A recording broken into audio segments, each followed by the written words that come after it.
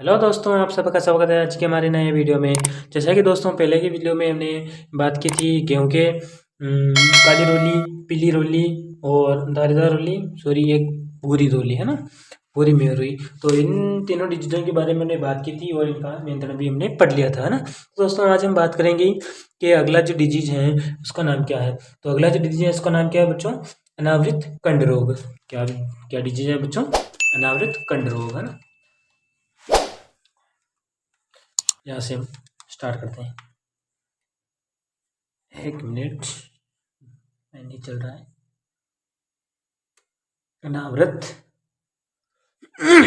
कंड रोग, है ना। इस रोग के बारे में हम दोनों आज हम बात करेंगे, है ना।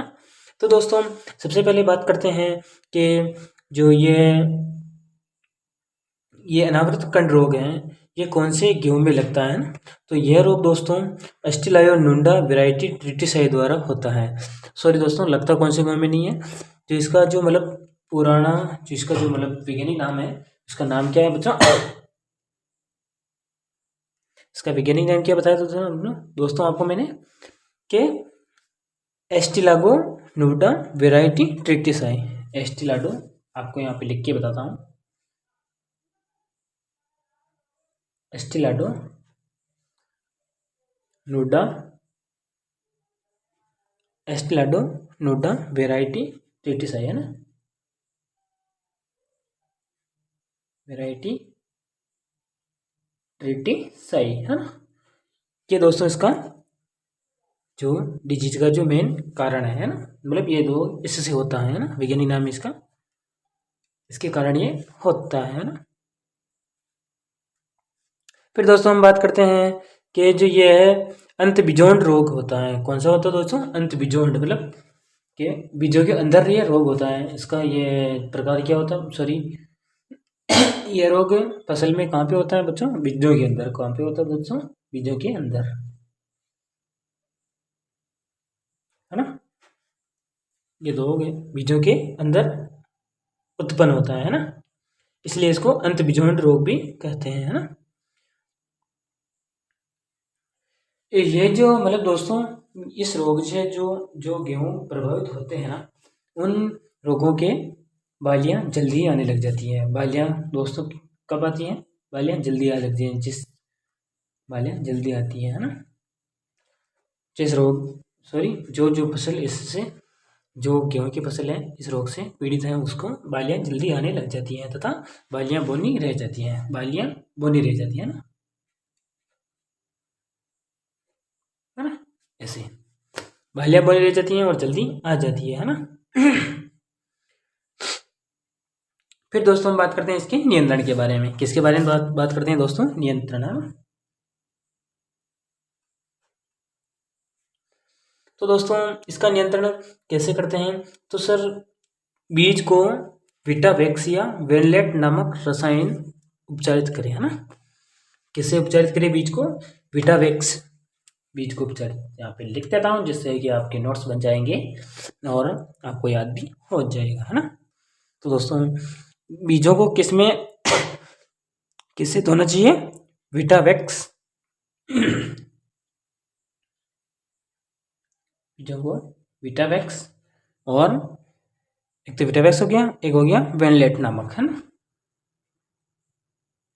वेनलेट नामक रसायन, है ना। इससे दोस्तों इसको धोना चाहिए, पहले उपचारित कर लेना चाहिए ना। तो इसका जो होता है ना वो कैसा होता है? एट द रेट हो गया ना 2.5 ग्राम, है ना, मतलब 2.5 ग्राम प्रति किलोग्राम, है ना। 1 किलो पर 2.5 ग्राम इसका छिड़काव करना चाहिए, मतलब सॉरी इसका उपचार करना चाहिए, है ना दोस्तों। इतनी बात हो गई। फिर इनको जो होता है बीजों को, है ना, यहाँ तक हो गई। अब हम बात करते हैं आगे की। दोस्तों वहाँ तक बात हो गई थी, अब हम बात करते हैं दूसरे नियंत्रण की। दूसरे नियंत्रण में आता है बच्चों कि जो बीज होते हैं बीजों को धूप में सुखाना चाहिए।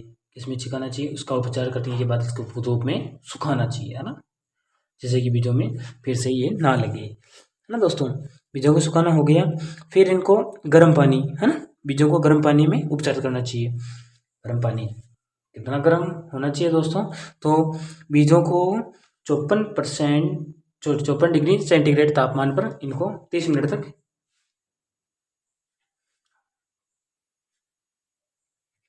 तक इनको उबालना चाहिए, है ना। 30 मिनट तक उबालना, है ना, सॉरी उबालना नहीं है, पड़े रखना, है ना, पड़े रखना चाहिए, जिससे कि इन पे जो रोग हैं वो ना लगे, है ना दोस्तों। यहाँ तक बात हो गई। अब हम बात करते हैं दोस्तों लास्ट और फाइनल डिजीज के बारे में, जिसका क्या नाम है बच्चों? कर्नाल बंट। क्या नाम उसका? कर्नाल बंट।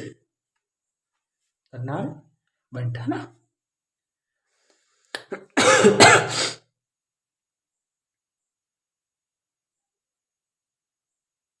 कर्नाल बंट, इस रोग के बारे में हम दोस्तों बात करेंगे, है ना।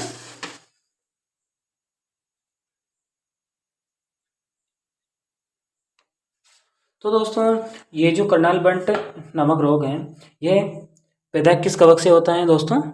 तो पहले हम उस कवक का नाम यहाँ पे आपको बताते हैं। तो दोस्तों उस कवक का नाम है निवोसिया इंडिका। कौन से कवक से ये उत्पन्न होता है? निवोसिया इंडिका। निवोसिया इंडिका, है ना, इस कवक से ये उत्पन्न होता है ना दोस्तों। और ये भी एक बीजोंड रोग होता है दोस्तों। कौन सा होता है? ये भी एक बीजोंड रोग होता है ना, मतलब बीजों के अंदर ये रोग उत्पन्न होता है ना, जिससे कि बीज के दाने छोटे रह जाते हैं, है ना दोस्तों।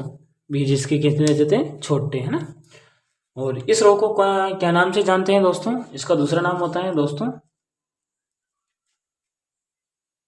दूसरा नाम इसका गेहूं का कैंसर, है ना। इसको हम गेहूं का कैंसर भी बोलते हैं, है ना। इसका दूसरा नाम होता है गेहूं का कैंसर, है ना। और दोस्तों जिस मतलब गेहूं की फसल में ये रोग हो जाता है, उसमें से बदबू आती है। और वो बदबू कैसी आती है दोस्तों? जैसे कि बदबू, है ना, बदबू आती है। और वो बदबू कैसे आती है? जैसे सड़ी हुई मछली हो, है ना, सड़ी हुई मछली हो।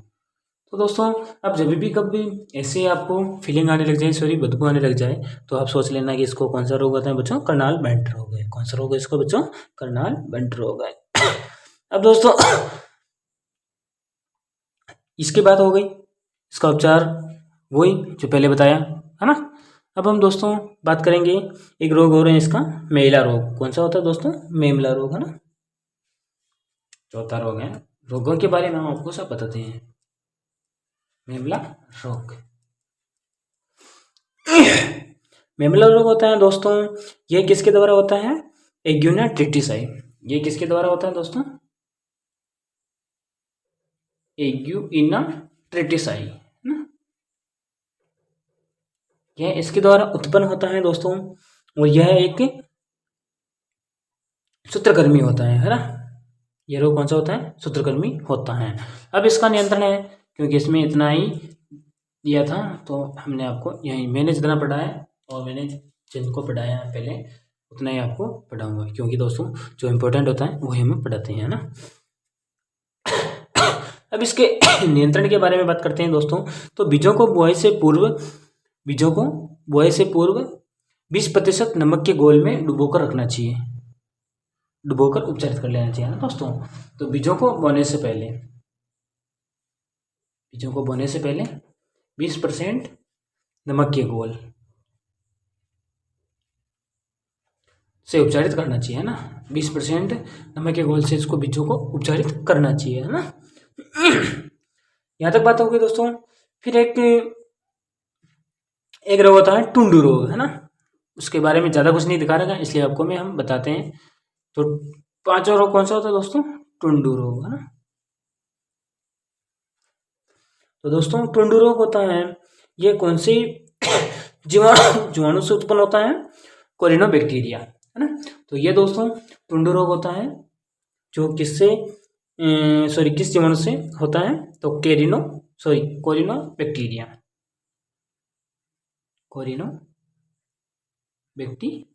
है ना। इस जीवाणु से ये उत्पन्न होता है और ये भी सूत्रकृमि होता है ना, सूत्रकृमि होता है दोस्तों, है ना। यहाँ तक बात हो गई। तो दोस्तों आज से हमारे जो गेहूँ है, जो गेहूँ की फसल है, उसका डिजीज विजिट और उसकी जो फसलें सब आपके इसमें आज हमारी इस वीडियो में ख़त्म हो चुकी है ना। तो दोस्तों जैसा कि हम आपको ऐसे वीडियो डालते रहते हैं, लेकिन आप दोस्तों हमको सपोर्ट बहुत ही कम करते हैं। तो दोस्तों सपोर्ट किया करो ऐसे ही नए वीडियो से बने रहने के लिए और पढ़ाई से जुड़े रहने के लिए। हमारे इस चैनल को सब्सक्राइब करो और अपने दोस्तों के साथ भी शेयर करो दोस्तों, और जितना हो सके उतना हमको सपोर्ट करो। धन्यवाद।